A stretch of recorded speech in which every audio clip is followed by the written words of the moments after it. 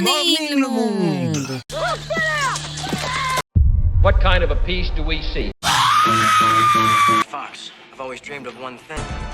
Vous connaissez Oliver Stone, mais connaissez-vous son histoire? Le 15 septembre, on célèbre son anniversaire. Né en 1946, Oliver Stone est plus qu'un réalisateur. C'est une force majeure du cinéma. Sa vie est une aventure autant que ses films.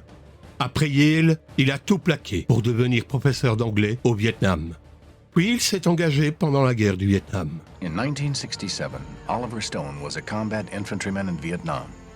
As a United States Marine. Son expérience lui a inspiré des chefs-d'œuvre comme Platoon et Né un 4 juillet, qui lui ont valu des Oscars. Stone est célèbre pour ses films provocateurs qui explorent la politique et les sujets de société. Une vie qui a mené à des films qui ont marqué la culture pop geek. Dites-nous en commentaire quel est votre film préféré d'Oliver Stone. Abonne-toi pour plus d'histoires sur les géants de la culture pop geek. Oliver Stone a souffert de stress post-traumatique après son service militaire au Vietnam et a été brièvement placé en cure de désintoxication en 1999 pour des problèmes de consommation de drogue et d'alcool. Plus récemment, il a parlé de soucis de santé liés au Covid-19 qui l'auraient conduit à des erreurs. Problèmes de santé liés au passé militaire et à la consommation. Stress post-traumatique, PTSD. Après sa guerre, Stone a souffert de stress post-traumatique, aggravé par une agression à New York en 1969.